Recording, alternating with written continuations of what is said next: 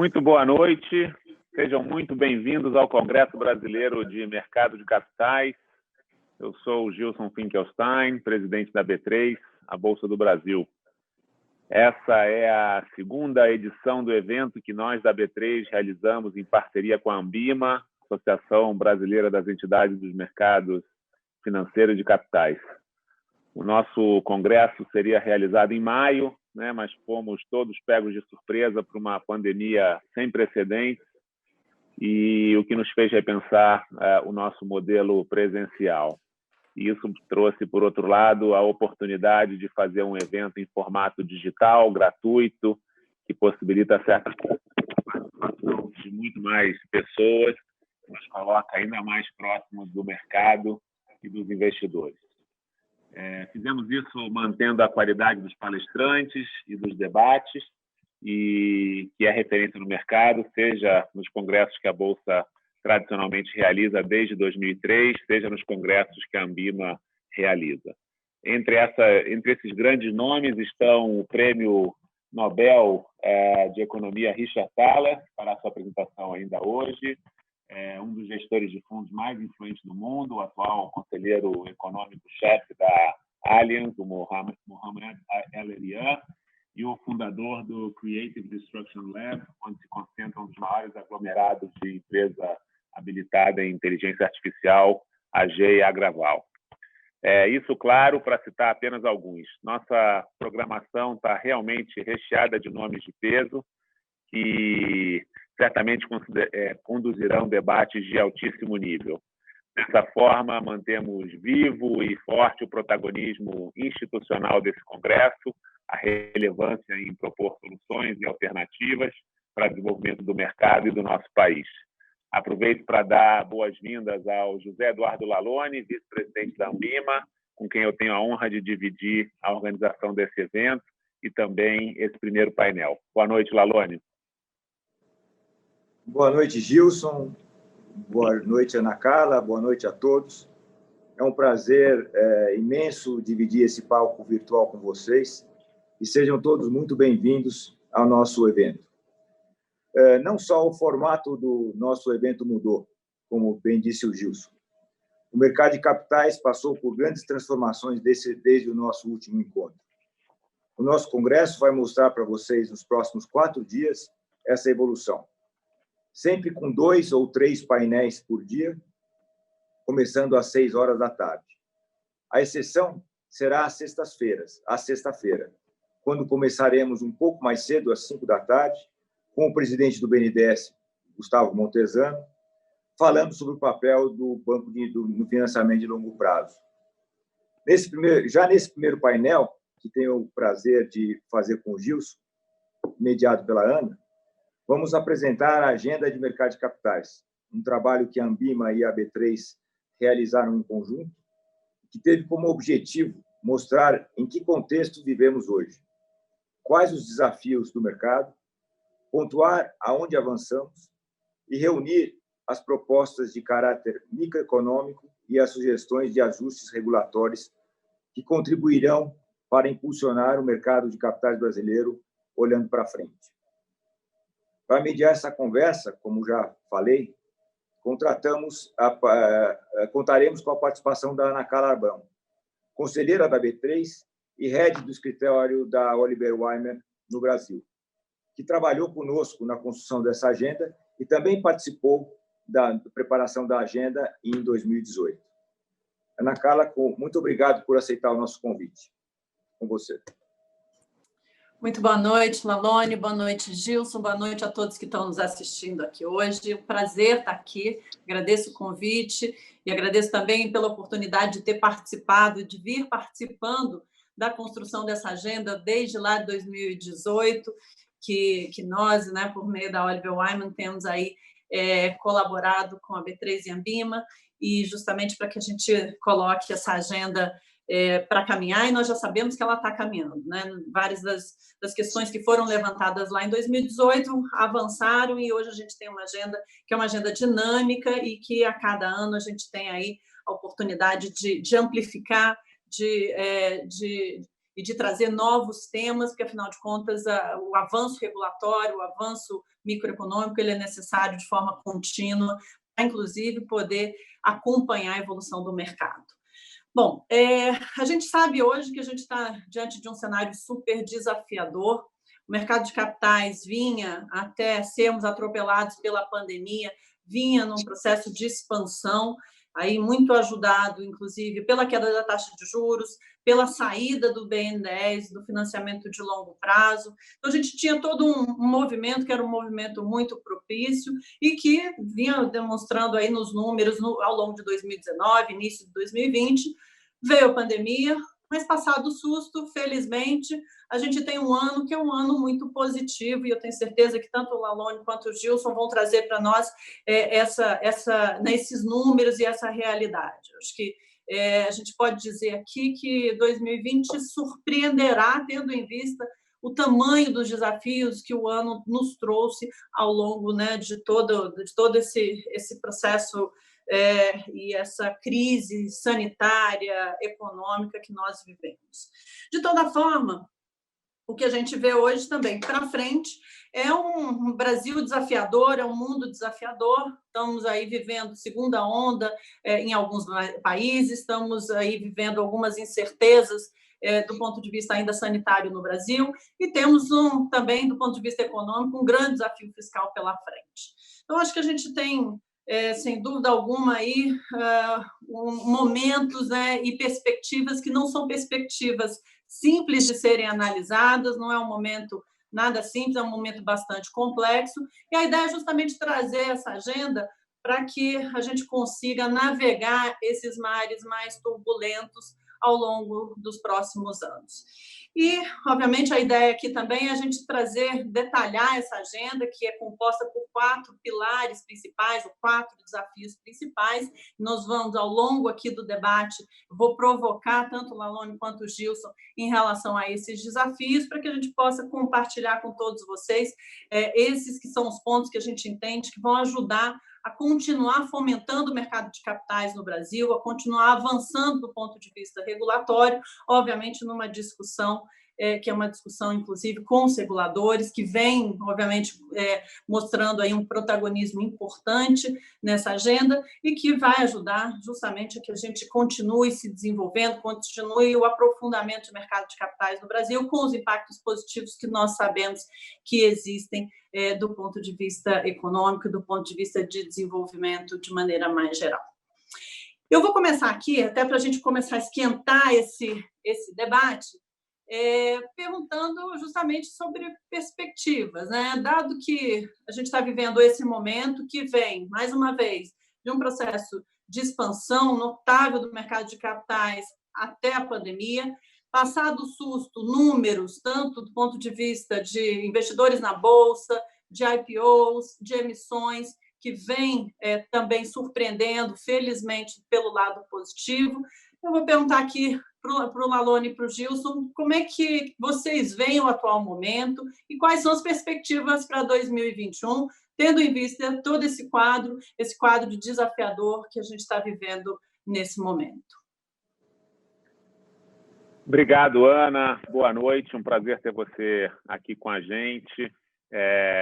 Eu acho que você definiu bem, né? Acho que 2020 um ano surpreendente e fenomenal ao mesmo tempo, pelos todos os motivos que a gente sabe de pandemia, mas surpreendente no lado de mercado de capitais, mas definitivamente a gente acredita que continua, né, na trajetória de acreditar que o mercado de capitais é fundamental para viabilizar as fontes de financiamento e desenvolvimento do nosso país, né? Então, é um prazer ter você também aqui conosco como parte desse trabalho, que é a sequência do trabalho lá de 2018, que B3 e Ambima começaram, né, entregando à época para os candidatos a presidente, e agora, nesse momento, sedimentando, né, um pouco essas avenidas aí, para a gente poder, como país, andar um pouco mais rápido com esta agenda. Eu compartilho contigo, a gente passou aí o momento mais volátil, alguns dos momentos mais voláteis do mercado de ações do Brasil dos últimos 30 anos, em março e abril, e está chegando ao final do ano com um ano recorde, né? Para falar um pouco de mercado de ações, por exemplo. A gente teve até agora, e o ano ainda não terminou, ainda tem aí uma janela pela frente, mais de 46 operações de emissões de ações, né? 25 IPOs e 21 follow-ons. Acho que é importante, o número às vezes pode até soar baixo, né? 25 IPOs, mas para dar um pouco da representatividade disso, a média de IPOs entre 2011 e 2019 no Brasil foram de 5 IPOs por ano. É muito baixo, né? E nesse ano a gente teve 25. Obviamente a gente já tem muito espaço para crescer, a gente compartilha disso, mas é o início de uma jornada que pode ser longa e próspera. E assim eu começo até respondendo a sua pergunta. Eu acho que a perspectiva ainda é muito positiva.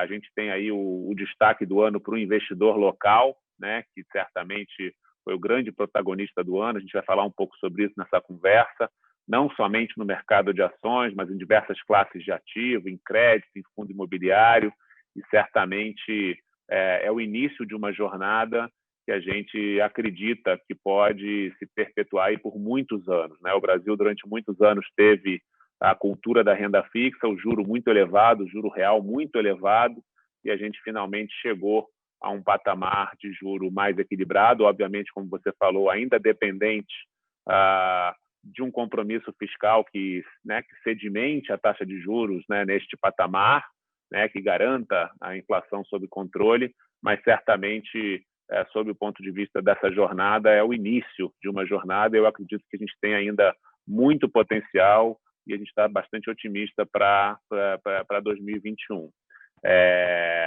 A gente sabe que tem essa discussão fiscal, que a gente, né, esse compromisso fiscal que você mencionou. A gente sabe que o juro está num patamar talvez ainda abaixo do que deveria estar por conta da resposta, né, da política monetária à pandemia.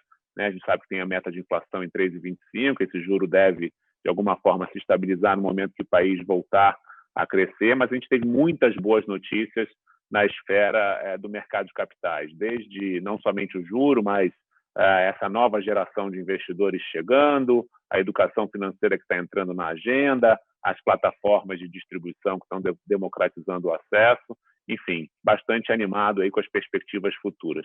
Passo para o Lalone para me complementar. Legal. Acho que, primeiro, acho que a gente tem que comemorar muito o que aconteceu do último congresso para cá, né? A gente tem muito que comemorar da nossa evolução. Como o Gilson pontuou, esse momento atípico, ele foi tão atípico que a gente compara ele com outras crises. A gente lembra das crises onde a primeira coisa que acontecia era o juro subir, o mercado de capitais incipiente, como era em outros momentos, ele fechava completamente, não existia nem mercado de renda fixa, nem mercado de renda variável, tudo sumia. E dessa vez a gente teve a oportunidade de, num momento de crise, não só contar com o mercado de capitais ativo, né, de logo depois daquele primeiro susto de março e abril, como viabilizar a capitalização das empresas, as rolagens de dívida. Então, a gente mostrou que todos esses anos de Anbima B3, junto com os reguladores e com o mercado como um todo, fazendo força para estabelecer os parâmetros de um mercado mais moderno, eles foram muito úteis para a gente chegar nesse momento de hoje de ter uma crise onde a gente foi capaz de financiar as empresas e ajudar a, pelo menos, diminuir o momento em que as empresas estavam passando, né? Então, primeiro, eu gostaria de pontuar essa diferença entre as outras crises que a gente passou com o mercado de capitais e essa que a gente está vivendo agora. O mercado de capitais, para dar um número que está no trabalho da Anbima B3, até junho desse ano representou 17% do mix de financiamento das empresas. Ele era 8% em 2016, para vocês terem uma ideia, né? Em renda fixa, o volume e os prazos das emissões voltaram a aumentar a partir de abril. As emissões de CRA, CRIs e FDICs alcançaram quase 45 bilhões de reais até o presente momento, que é um volume muito próximo do ano passado. Então, acho que esses são números que a gente gostaria de mostrar para vocês, para que vocês tivessem a dimensão de qual é o tamanho da utilidade que o mercado de capitais está tendo nesse momento que nós estamos vivendo. No lado da gestão, que é sempre um lado importante, que é o lado da demanda, né? Novos gestores estão surgindo, né, buscando a diversificação do portfólio e ativos de maior rentabilidade, tanto na renda fixa como na renda variável. Já avançamos muito nesses aspectos, mas ainda temos muitos desafios pela frente, como a gente vai ver nos próximos dias. E a gente precisa dar atenção a 4 pontos: mais investidores, mais emissores, um mercado secundário mais ativo e a modernização dos instrumentos de securitização. E por isso que eu encerro minha resposta a essa primeira pergunta, que eu acho que as perspectivas para 2021 são desafiadoras, porque, como vocês vão ver na agenda, temos muita coisa para fazer ainda, mas os números de 2020 mostram que, como a gente foi capaz de chegar até aqui, então, com certeza, vamos ser capazes de enfrentar os desafios que temos pela frente. Obrigada, Gilson. Obrigada, Lalone. Acho que essa é a mensagem mesmo. A gente, né, tem que olhar para frente e tem que estar pronto para enfrentar os desafios, como aconteceu em 2020, sem dúvida alguma. E a agenda Ambima B3 tem justamente esse objetivo, para garantir que a gente tenha o caminho, que é um caminho difícil, melhor pavimentado, justamente para conseguir manter essa tendência, que é uma tendência estrutural, que, obviamente, né, às vezes sofre aí com esses percalços que, né, em particular como o de 2020, que foi mais do que um percalço, foi, de fato, uma situação absolutamente complicada, complexa e profundamente, né, desestruturante aí do ponto de vista econômico. Mas eu vou aqui agora, então, justamente, né, puxando o tema da agenda Ambima B3, trazer, e vou começar dando um pouco de spoiler, porque a gente tem aí agora um bloco de perguntas para o Gilson e para o Lalone, que estão justamente vinculados aos 4 desafios principais, os pilares principais da agenda, que são a diversificação da base de investidores, ampliação da base de emissores, o impulsionamento do mercado secundário de renda fixa e, finalmente, o fomento à securitização, que hoje nós sabemos, né, está muito concentrado aí nos mercados imobiliário e agrícola, e a ideia é justamente, né, como é que a gente consegue fomentar isso de forma mais geral, mais amplificada do ponto de vista setorial. E vou começar, então, com uma pergunta aqui, vou começar com o Gilson, novamente, para a gente olhar um pouco, né, a pessoa física. Quando a gente fala em investidores, quando a gente pensa em investidores, 2020 surpreendeu enormemente com a entrada aí de novos investidores na Bolsa em volumes que não imaginávamos. É bem verdade que quando a gente ainda se compara com o mercado lá fora, o Brasil ainda tem uma penetração baixa do ponto de vista de volume de investidores, mas na Bolsa de Valores, né, mas, de toda forma, até por uma tradição menos arraigada do ponto de vista da renda variável, mas, de toda forma, nós vimos um movimento aí muito expressivo em 2020. E a minha pergunta, Gilson, vem justamente nessa linha. Nós sabemos que a taxa de juros baixa criou as condições e, obviamente, estimulou as pessoas, os indivíduos, as pessoas físicas, para que eles buscassem alternativas de investimento com retorno mais elevado. Mas a gente tem, obviamente, né, como a gente falou no início, uma perspectiva mais complexa, mais desafiadora do ponto de vista econômico pela frente, que pode, inclusive, passar por um aumento de taxa de juros. Esperamos não voltar a nada parecido com os patamares que nós vivemos no passado, mas existe, sim, inclusive do ponto de vista, né, das expectativas do mercado, uma elevação esperada para o ano que vem. Como é que você vê isso? Se isso pode interromper esse processo, né, de busca dos investidores, né, das pessoas físicas por ativos mais rentáveis, em particular pela renda variável e pelos investimentos em bolsa, ou, apesar dessa expectativa, nós temos um movimento estrutural aí que veio para ficar?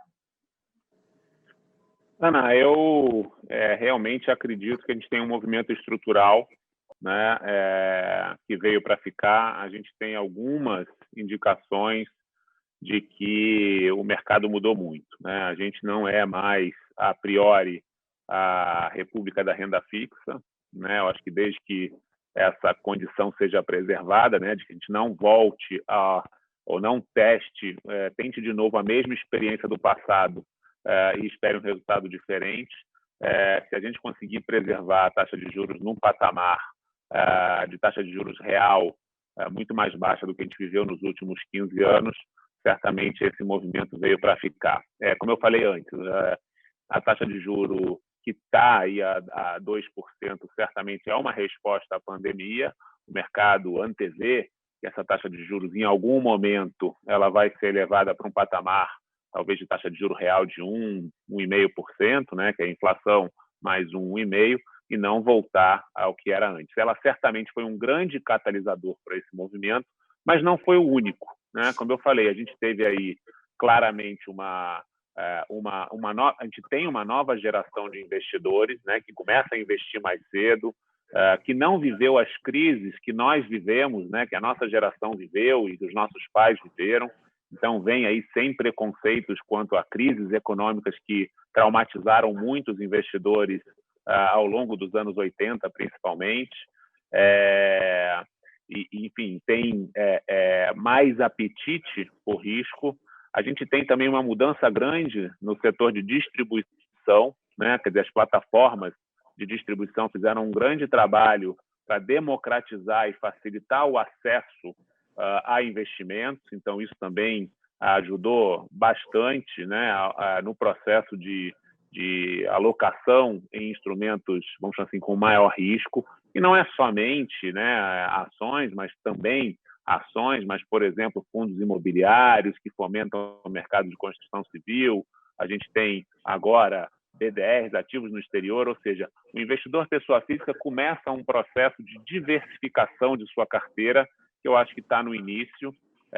Não acho que seja somente a taxa de juros, e acho que isso vai evoluir bastante nos próximos anos para ele ter uma carteira mais equilibrada, buscando, né, alocações mais em linha com mercados desenvolvidos, né? O Brasil é um outlier, a gente sempre gosta de mencionar, a Ambima menciona muito esse dado, né, dos quase 6 trilhões que estamos chegando na indústria local de ativos no Brasil, um número perto de 10% só é alocado em renda variável. Então, ainda tem muito para a gente chegar aí num patamar mais próximo do que são os países desenvolvidos. Deixa o Lalone prosseguir daqui. Sim, eu justamente pedi o Lalone para compartilhar conosco a opinião dele, para ver se está na mesma linha, que é algo de fato estrutural e que a gente é um caminho sem volta. É isso mesmo, Lalone? Porque, primeiro, concordo com vocês totalmente, porque no momento em que você passa a dar as opções que o mercado está dando, e a gente precisa dar mais opções, e educação para o investidor, ele passa a ver aquele momento eventual de uma taxa de juros mais alta ou mais baixa como uma coisa transitória. Ele começa a entender que a gestão de um portfólio de investimento ela tem que mirar ao longo prazo e tem que respeitar também o momento de vida de cada investidor, né?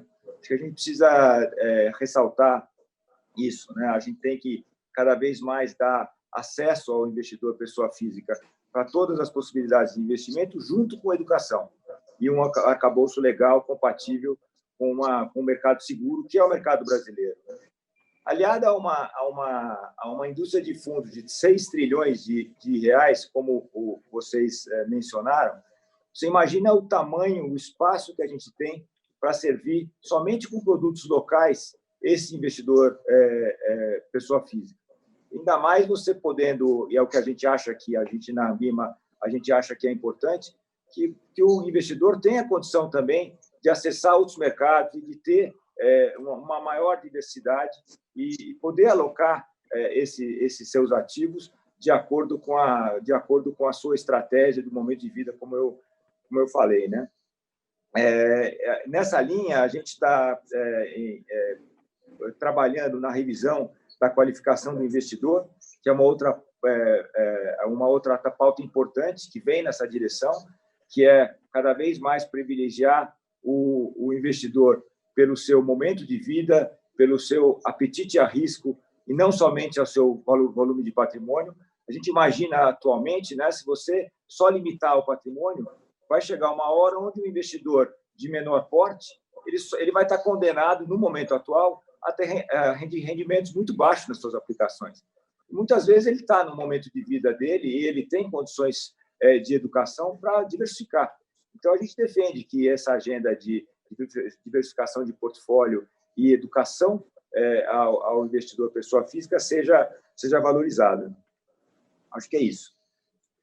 Perfeito. Eu acho que, de fato, esse tema de educação financeira, né, é importante, conversa também com questões de suitability, ou seja, tem uma agenda aí que é uma agenda importante que vem junto justamente com essa diversificação da base de investidores e, mais do que isso, com a chegada, né, desses novos investidores ao mercado de capitais. Tem um exemplo, Ana, deixa eu só complementar. Tem um exemplo, tem dois exemplos que eu gostaria de dar, porque eu acho que, além dessa questão da educação e do acesso ao mercado, acho que o acesso ao mercado também ele passa muito pela simplificação e pela ampliação dos direitos dos investidores pessoas físicas, né? Dou como dois exemplos, né? Um recente, que é o voto à distância em assembleias, que a gente está implementando, ou seja, para que o debenturista, o acionista, aquele que tem a vontade de se manifestar, tenha voz. Então, isso é uma coisa que vai na direção de transparência e de maior participação do pequeno investidor nas decisões das empresas. E a outra, que tem a ver com bolsa, é a simplificação da cobrança do IR nas transações em bolsa de valores. Também é uma medida que também está a cargo. Você vai falar um pouco depois, que eu passo do governo abriu no Ministério da Fazenda para que o mercado pudesse modernizar o mercado de capitais. Eu acho que são dois exemplos de como é que a gente pode ajudar o investidor de pessoa física a aumentar a sua participação. Com certeza, Lalone, e de fato são temas, inclusive, que desde lá de 2018, inclusive, apareceram na agenda lá atrás, e a gente vê aí avançando. Eu vou até puxar e devolver para você a palavra, Lalone, depois eu queria ouvir o Gilson também. Você falou de outros mercados, né? Mas aqui também, quando a gente fala de diversificação da base de investidores, não tem como não pensar no investidor estrangeiro, né? Um investidor que buscou, né, ali, voou de volta no momento mais intenso da pandemia. E quando a gente olha para frente, como é que vocês veem a questão da presença dos estrangeiros, dos investidores estrangeiros? Eles voltam, não voltam? Em que condições que voltam? Então, queria ouvir vocês sobre o apetite, né, do investidor estrangeiro para voltar de forma mais consistente, de forma mais intensa para o mercado brasileiro de capitais. Certamente. Eu acho que a gente pode começar dando um exemplo de como é que era a IPO no Brasil há algum tempo atrás, né? Tinha uma presença de 70%, 80% dos compradores das ações eram os estrangeiros, e hoje, nesse momento atual, a gente conseguiu viabilizar um mercado bem maior do que a gente tinha antigamente, somente com o mercado institucional local, pessoas físicas e fundos comprando ações no mercado brasileiro. Isso mostra o tamanho do potencial que a gente tem pela frente, né? Atrair o investidor estrangeiro para voltar a ter apetite no mercado local, tanto de renda variável quanto de renda fixa, é uma medida muito importante e fundamental, eu diria, né? Porque nenhum mercado de capitais desenvolvido ele vive só de mercado local, né? Acho que a gente tem uma vantagem grande agora de ter já a base de investidores locais estabelecida e crescente, como a gente comentou há pouco, não só das pessoas físicas, mas como da gestão de renda variável e de renda fixa, com novos fundos de crédito sendo geridos, com novas casas independentes de fundos de ação. Então, eu vejo que a gente poder aliar o mercado externo, o investidor internacional, ao desenvolvimento do nosso mercado local, é tudo que a gente gostaria. E aliar também, né, o que eu estava esquecendo, o investidor institucional brasileiro de longo prazo, natural, que são os fundos de pensão, que são as previdências, que são investidores de longo prazo que estão, por força de todas as amarras que a gente tem hoje no mercado local, um pouco distantes do mercado de ações, né? Então, eu vejo que a gente precisa também tomar medidas práticas. Por exemplo, tem um PL cambial sendo discutido no Congresso Nacional hoje, né? A gente sabe que a legislação cambial brasileira é uma legislação cambial muito restrita e muito restritiva. Então, se a gente conseguir trazer essa legislação da esfera constitucional para uma esfera infralegal, a gente acredita que esse dinamismo do mercado de câmbio e todas essas restrições que a gente tem hoje podem ajudar a gente a ter um avanço maior do investidor internacional no Brasil. Além disso, lógico, né, é muito importante, vocês já comentaram um pouco sobre isso, o cenário fiscal, a administração da nossa própria macroeconomia, né? Isso também vai ser fundamental, né? A credibilidade das nossas instituições, do nosso mercado, é fundamental para atrair o investidor internacional, que a gente está competindo com o mundo inteiro. Então, a gente precisa ter essa preocupação em ter aqui um ambiente não só regulatório, mas também de segurança, para que esse investidor turbine ainda mais a capacidade de geração de negócio no mercado de capitais brasileiro. Certo. Alguma estabilidade, né, para a gente poder atrair de volta esse investidor. Gilson, e como é que você vê? Eu complemento o Lalone, Ana. Eu acho assim que talvez uma forma de traduzir um pouco do que o Lalone falou assim, é a importância do ecossistema como um todo, né? Eu acho que a gente vem evoluindo como mercado. Hoje a gente tem diversos tipos de investidor, né? Acho que no final dos anos 80, início dos anos 90, quando a gente começou a ver o investidor estrangeiro chegar no Brasil, a gente começou a ter essa divisão entre locais e estrangeiros, e hoje a gente tem diversos segmentos dentro dos estrangeiros e diversos segmentos dentro dos locais, né? A gente fala de pessoa física, a Ana falou de institucionais, os assets, né? Os fundos multimercados e assim vai. Agora, o que eu acho que é muito importante para o investidor estrangeiro é a perspectiva dele de médio e longo prazo. O investidor estrangeiro, ele, quando pensa nas suas alocações, ele tem uma perspectiva de longo prazo. Então, ele volta, né, no momento em que ele percebe que as coisas estão avançando e que o ciclo será longo, né? Eu acho que foi ótimo que a gente viveu nesse ano com o protagonismo do investidor local, mas a gente precisa, sim, dos investidores estrangeiros. Eles são importantes, foram muito importantes, não só na renda fixa mesmo, né, no alongamento da curva por parte do Tesouro Nacional como emissor, mas por conta de muitas empresas que têm sua base de acionistas e investidores estrangeiros. Então, o que eu acho que a gente precisa é ter uma perspectiva de médio e longo prazo, talvez menos volátil, né? Uma taxa de câmbio talvez um pouco mais estável, para a gente ver uma retomada com força dos investidores estrangeiros aos nossos mercados. Sem demérito aos locais, obviamente, os locais têm dado um show no nosso mercado, né? A gente tem, o Lalone deu o exemplo dos 70%, 75% de presença dos investidores locais. Acho que é o início de um ciclo. Já estão chegando os investidores institucionais, os fundos de pensão, para esse rebalanceamento, né, de alocações. E acho que, se tudo correr bem, acho que o estrangeiro volta quando ele tiver uma previsibilidade de que a gente vai, como sociedade, como país, manter nossos compromissos fiscais em dia, respeitar, né, os gastos, o teto de gastos, né, avançar com uma agenda de reformas. Aí a gente vê. Eu tenho, assim, de alguma forma, sou um eterno otimista. Espero que a gente tenha, assim, perspectivas vamos dizer assim, de responsabilidade fiscal para que o estrangeiro continue a apostar no nosso mercado. Com certeza. Então, eu tenho que ser otimista, né, e cobrar.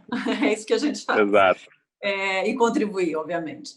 Eu vou tentar acelerar aqui um pouquinho para a gente cobrir os outros 3 pontos da agenda, né, os outros 3 blocos de desafios. E aí eu vou, né, meio que fazer quase um ping-pong com vocês aqui. Eu vou fazer as 3 perguntas, vou fazer cada uma, né, e passar para vocês responderem, mas vou só pedir para a gente tentar acelerar um pouquinho para garantir que a gente tem tempo para responder as perguntas das pessoas que estão nos assistindo.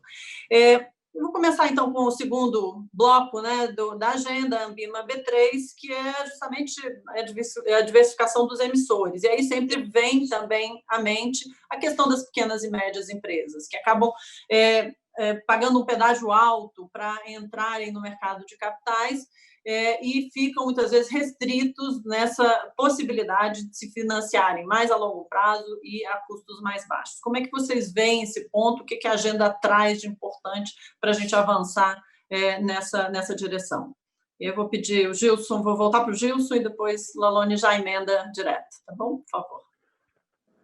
Boa, Ana. Eu acho, assim, a gente, no Brasil, a gente sempre se perguntou muito por que as empresas pequenas e médias não acessavam o mercado de capitais, né? Eu costumo dizer que, definitivamente, não era um problema de oferta. A gente sempre teve boas empresas no Brasil, né? Bons empreendedores, né? O empreendedorismo sempre fez parte aí do espírito do brasileiro, mas o problema era de demanda, porque a gente competia com a taxa de juros muito alta. Eu acho que a gente hoje tem um cenário diferente, né, que as pequenas e médias empresas conseguem, sim, chegar a captar através de instrumentos de mercado de capitais, seja de dívida, seja de ações. Eu acho que essa agenda já avançou bastante, a gente tem muito por avançar, alguns exemplos que eu acho que é importante dar. Esse ano a gente avançou em alguns processos de simplificação, de confidencialidade no processo de registro de emissor e de oferta, não especificamente para pequenas e médias empresas, mas para que várias empresas possam acessar ou testar os mercados. A gente também, esse ano, avançou com o fim da comissão de listagem para ofertas menores de R$500 milhões no novo mercado. A gente tem trabalhado para eliminar entraves nesse processo de listagem e emissão, como eliminar o boletim de subscrição, ou seja, todo o espírito da gente ser mais ágil, né, com menos custo. O Lalone mencionou o processo de voto à distância. Esse ano também o regulador regulou o tema de assembleia virtual. Então, é muito bacana que a gente tenha avançado e continue, né, aperfeiçoando e simplificando para a gente diminuir sempre as potenciais burocracias. E deixo com o Lalone, certamente ele vai mencionar a futura revisão, né, das instruções 400, mas eu vou deixar essa com o Lalone, mas só para complementar, acho que o tema do shelf registration, né, de reabertura de séries, redução de prazo para análise, acho que esse é o espírito que precisa nos pautar na nossa agenda aqui para empresas, captação de empresas, seja instrumentos de dívida ou de ações. É isso aí. Eu acho que o Gilson cobriu bastante os temas das empresas e como é que a gente pode inserir o maior número de empresas, tanto na renda fixa quanto na renda variável. Eu ressalto o trabalho que nós estamos fazendo junto ao regulador, também com a B3, para a reforma do Código de Ofertas. Essa é uma agenda importantíssima. A ideia do regulador e do mercado é que a gente tenha, ainda esse ano ou no começo do ano que vem, uma audiência pública que vá aceitar as inovações que se fazem necessárias. E a gente sabe que as inovações que se fazem necessárias na reforma do Código de Ofertas, ela vai atrair muito mais a presença de menores empresas, médias e pequenas empresas para o mercado de capitais. Isso é do lado da regulação. Do lado da demanda, que eu concordo 100% com o Gilson sobre isso, né? O que a gente vem vendo é mais e mais gestores se especializando em crédito privado, por exemplo, que era uma coisa que 2, 3 anos atrás não existia. Então, isso o quê? Existe uma demanda por papéis, existe uma capacidade de análise técnica que está sendo criada, uma educação do lado do investidor gestor para conseguir fazer crédito de uma forma com mais intensidade. Isso para falar de renda fixa. E na renda variável, eu também tenho visto gestores interessados em conhecer histórias de empresas menores, de alto crescimento, de empresas que são capazes de se entrada num bom momento, o investidor pode colher os benefícios de mais liquidez e de muita valorização olhando para frente, que é o que acontece no mundo inteiro, né, Justo? Então, eu acho que a gente tem que buscar essas duas coisas, né? De um lado, a regulamentação mais leve e mais efetiva para que os custos de você fazer uma debênture, de você fazer um IPO, sejam cada vez menores, e do lado de lá, cada vez mais investidores procurando entender esses momentos das empresas menores e tirar o benefício disso, que é o espírito empreendedor do empresário brasileiro, que a gente sabe, a gente que está no dia a dia das empresas, a gente sabe o que tem por aí, o que tem nesse interiorzão do Brasil de empresas boas para serem investidas, tanto na renda fixa quanto na variável. Com certeza, temos mesmo. Deixa eu, então, passar para o terceiro bloco da nossa agenda, Ambima B3, que é justamente sobre o mercado secundário. Esse é um tema que eu diria que vem antes, né? Há quanto tempo que a gente discute justamente liquidez do mercado secundário, transparência na formação de preços, e esse é um tema recorrente que certamente, né, a agenda em 2018 identificou, agora novamente, mas que a gente sabe que remonta há muito tempo. Como é que vocês acham que essa pauta pode avançar? O que mais pode ser feito? O que a gente tem na agenda que pode, de fato, ter a possibilidade aí de ampliar, dar mais transparência à formação de preços no mercado secundário e, consequentemente, obviamente, ampliar a liquidez desse mercado? Vou pedir o Lalone para começar? Vamos. O mercado secundário é aquele...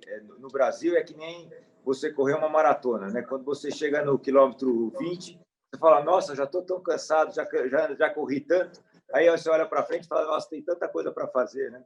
Então, eu acho que a gente já andou muito. Se a gente comparar os números de 2017 para hoje, né? A gente tinha menos de 1% das debêntures precificadas no mercado secundário em 2017.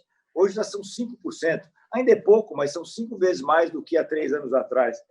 Para você ter uma ideia de giro de debêntures, a gente girava somente 10% do volume de debêntures emitidas em 2017. Hoje, em 2019, foram 25%. Em 2020, durante a pandemia, naquele período onde os fundos tiveram que fazer várias vendas e precificar, o mercado funcionou tão bem que nós chegamos a 47% do volume de debêntures sendo negociadas no secundário. Ou seja, existe muito potencial, a gente já caminhou um pedaço do caminho. Acho que, por exemplo, as debêntures de infraestrutura foram muito importantes nesse aspecto, porque deram um volume de investidores muito maior na base dessas debêntures e estimularam os bancos, as corretoras, as assessorarias de bancos, as plataformas a montarem equipes de secundário para tirarem, prestarem esse serviço para o investidor. Então, eu acho que a gente já teve esse primeiro salto de qualidade do ponto de vista de mercado secundário. Acho que a gente precisa padronizar, né? Um dos grandes problemas do mercado secundário de renda fixa é a falta de padronização. Recentemente, em 2019, a gente lançou lá na Ambima um guia de padronização de debêntures, contemplando as principais cláusulas e as fórmulas de cálculo, que é sempre um problema. E a gente acha que as medidas que vêm pela frente são todas nessa direção de simplificar, de aumentar o tamanho do mercado, de trazer o maior número de players para estar formando preço e também, né, de uma certa forma, tanto a Ambima como a B3, um esforço de ter a precificação correta para que a gente possa dar informação de qualidade para o mercado. Gilson? Eu não tenho muito para complementar, não. Eu acho que o Lalone falou bem, acho que tem visto avanços. Acho que o tema que o Lalone trouxe de apressamento de mercado secundário é um tema bem importante. Tanto a Ambima quanto o B3 têm investido nisso. Acho que é uma agenda que, se tudo correr bem, a gente ainda converge e consegue fazer ainda uma coisa mais robusta no tempo para ajudar o mercado a ter mais transparência e, com isso, mais liquidez no mercado secundário. Eu acho que a gente tem temas que a gente vai provavelmente enfrentar nos próximos anos, como a regulamentação de derivativos de crédito. Eu acho que isso, com o tempo, vai chegar. A gente está trabalhando em plataforma de empréstimo de ativos, né? Começando com títulos públicos, mas certamente com títulos privados, para você poder aumentar a liquidez, você poder shortear esses ativos. É algo que a gente entende que vai estar na agenda nos próximos anos. Tudo com um viés de, vamos chamar assim, eletronificação, modernização deste mercado, e a gente conseguir atingir volumes e parâmetros mais robustos nos próximos anos. Perfeito. Bom, eu vou partir, então, agora para o quarto item da nossa agenda, Ambima B3, e aí eu vou, que é justamente sobre securitização. Esse é outro tema também que claramente apareceu na agenda desde 2018, avançou, mas a gente ainda sabe que nós temos aí uma concentração em 2 setores em particular e existe uma demanda também para que isso se expanda.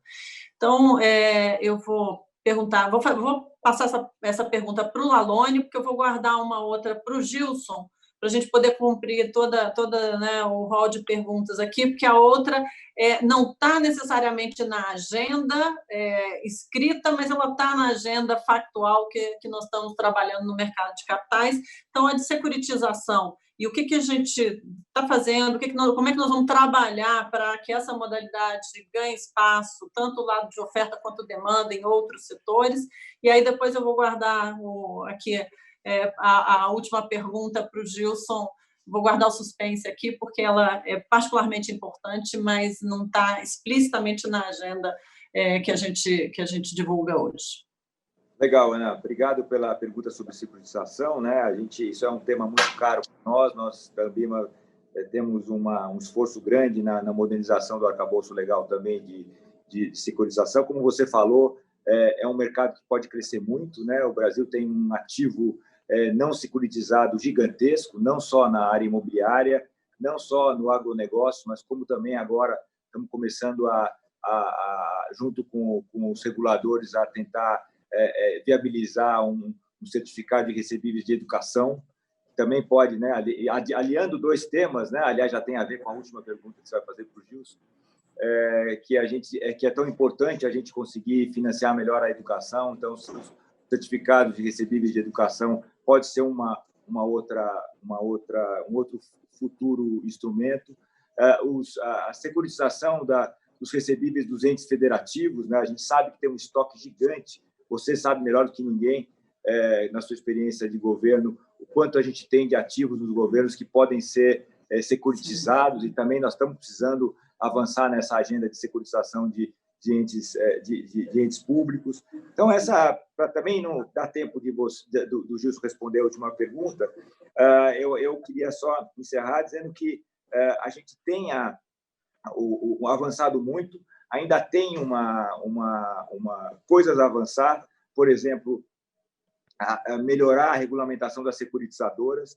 É um importante passo para regrar os aspectos operacionais e de conduta específicos da atividade. Securitização não é uma coisa simples, ela tem que ter muito cuidado e muita responsabilidade, porque é um título que vai durar muito tempo. Então, eu queria só chamar a atenção para esse ponto específico e passar a bola para você de volta, para o Gilson poder responder a última pergunta. Bom, Gilson, obrigada, Lalone. A pergunta que está reservada aqui para você é sobre justamente os princípios ASG. A gente sabe que esse é um tema que não é que ele vem ganhando, não está nem no gerúndio mais, ele já ganhou uma relevância enorme, lá fora talvez mais do que aqui, mas de fato já está aqui, já chegou. Então, a minha pergunta aqui para você é justamente como é que o mercado de capitais pode colaborar para a difusão desses princípios que são tão importantes dentro do mercado financeiro, mas, de maneira geral, também colocando a agenda com a relevância que ela merece. Sem dúvida, Ana, acho que temos certeza de que já chegou, né? Veio para ficar. Nosso amigo Florian sempre diz que é uma agenda que não será opcional, né? Ela será de fábrica, né? Terá tanto emissores quanto investidores em algum momento no futuro não tratarão isso como uma agenda opcional, isso vai estar embarcado em todas as discussões, ou seja, né, investidores e emissores definitivamente estão percorrendo essa trajetória, estão cientes e se engajando nos temas da agenda ASG, como você falou, colocando, obviamente, em perspectiva a materialidade de cada um dos assuntos nos seus negócios, né? E, obviamente, todo mundo tem que colocar em perspectiva qual é o gap que você precisa trabalhar em cada um dos aspectos dessa agenda. E eu acho que o mercado de capitais, principalmente, contribui, mas não somente, não exclusivamente, com a governança. A gente aqui na B3 sempre se orgulhou bastante da gente ser um grande indutor da agenda de governança, né? O novo mercado acabou de completar 20 anos esse ano e é uma agenda total de transparência, respeito ao investidor minoritário, né? Tratamento igualitário entre investidores, sem prejuízo a gente falar sobre voto plural, que eu não comentei na agenda de empresas, mas o G de governança ele tem que ser sempre discutido, tratado de uma forma muito séria, muito responsável, para que a gente tenha no mercado de capitais um grande indutor. Mas não acho que seja exclusivamente o tema de governança e transparência, acho que começa certamente por aí, mas todos os aspectos sociais num ano tão surpreendente como a gente definiu, o ano de 2020, né? Cada vez mais empresas e investidores têm discutido quais são as pautas dentro da agenda social das companhias, né? Como é que as companhias têm trabalhado o seu retorno para a sociedade, seja através de ações sociais específicas, seja através de pautas de diversidade. Então, acho que é mais uma contribuição que as empresas e investidores certamente darão de acompanhar as pautas de todas as empresas e de como é que as companhias têm lidado com isso. E, obviamente, a pauta ambiental aí é um pouco mais que eu trago um pouco mais da materialidade, né? Tem empresas que, obviamente, se destacam muito nessa pauta ambiental, tem empresas que isso pega um pouco menos, mas que é um caminho sem volta, né? Como eu falei, de novo, remetendo a nova geração de investidores, né? A nova geração e as novas gerações estão certamente nos cobrando muito isso e não vão tolerar que isso não seja uma das prioridades de companhias e seus investimentos, né? E investidores e seus investimentos. Então, acho que definitivamente o mercado de capitais vai falar sobre a ESG nos próximos muitos anos como um item de série, não como um item opcional. Eu queria dar só uma contribuição rápida. Primeiro, que, como o Gilson falou, nada mais indutor de uma melhoria de governança do que o mercado de capitais. Então, naturalmente, a gente também já faz isso, como o Gilson colocou. Queria dizer para vocês que estão nos assistindo e ouvindo que a gente vai ter um painel sobre isso, né, durante a semana. Então, também vocês vão ter a oportunidade de ver a gente tratar desse assunto de uma forma mais detalhada ao longo da semana. Acho que é isso. E só para terminar, eu acho que a gente vai ver cada vez mais produtos, né, dentro da agenda de mercado vinculados ao tema ASG, né? Sejam eles índices, bonds, IPOs, quer dizer, vai estar tudo vinculado, né? A gente fala muito dos índices que a gente já lançou, mas outros virão, e esse mercado também, quer dizer, vai aparecer, esse assunto vai aparecer em produtos também ao longo dos próximos meses e anos. Com certeza, até para atender uma demanda que a gente sabe, né, que está aí e que é crescente. Eu vou agora passar para... A gente tem mais 6 minutinhos pela frente. Eu vou passar uma pergunta para cada um de vocês, do pessoal que está nos assistindo, e para a gente, então, voltar para encerrar. Para o Lalone, aqui eu vou fazer a pergunta, que é a pergunta do Fábio Pestana Bezerra, que pergunta o seguinte: se existe alguma previsão para redução de custos para a realização de emissões menores. E já vou emendar do Gilson, que aí a gente já ganha um tempinho, que é uma pergunta do...